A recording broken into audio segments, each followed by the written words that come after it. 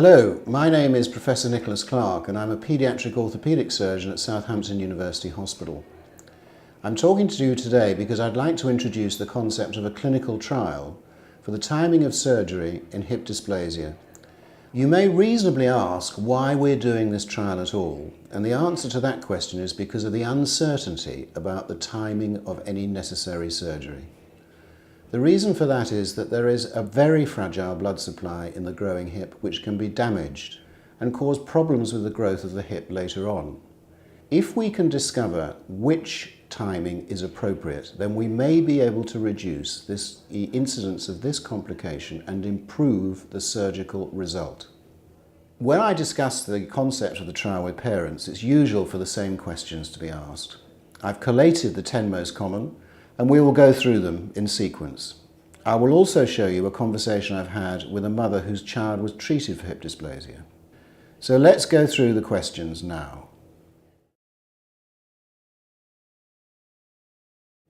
In fact, this is not part of the trial. The decision-making process in relation to the need for surgery will be made by the treating surgeon, whatever the concept of the trial is.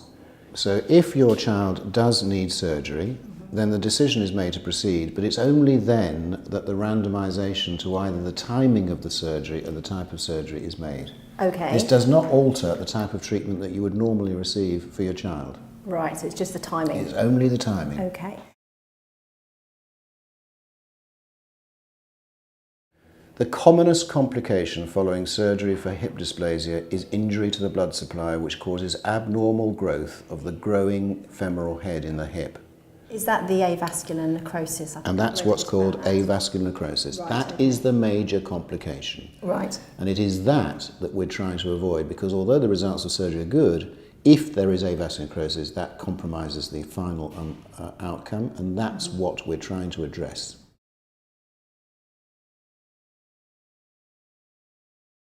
I'm often asked about avascular necrosis, which is the effect of injury to the blood supply and the effect on growth of the femoral head.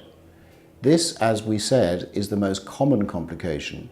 What we don't know is whether the timing of the surgery will alter the incidence of the number of cases that we get of avascular necrosis. I see. And we're trying to find out whether either early surgery or delayed surgery will reduce this complication, which is quite important.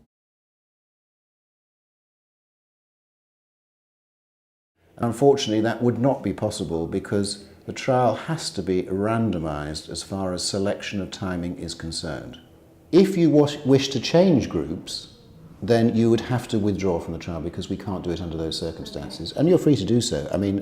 But we would hope that everybody would be comfortable with the randomization process.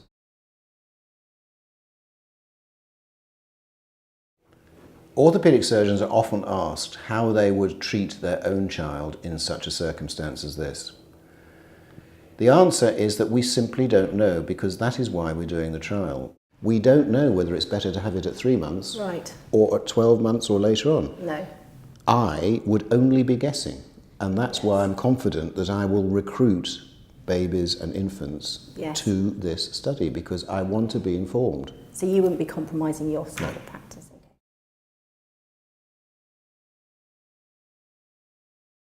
You can be reassured that the appropriate senior surgeon will be performing the appropriate surgery in all of these children. If it was here, it would probably be me. Yes. But if it was in Sheffield or in Liverpool, then it would probably be my senior equivalent. Okay. The usual result is good. It's only a minority that get this complication, but the complication is actually potentially quite serious. Yes. So our task is to reduce the risk of that complication, and that's what the trial is designed to do. And so in the longer term, we are hoping that we will improve the already good results, but make them better. The answer is that they can at any time if they become unhappy with the protocol or indeed the treatment program. But I reiterate, it is only the normal treatment that will be provided for earlier or later intervention. You can withdraw at any That could be time. at any point. So, But once you've started the protocol, it's the same protocol anyway. okay.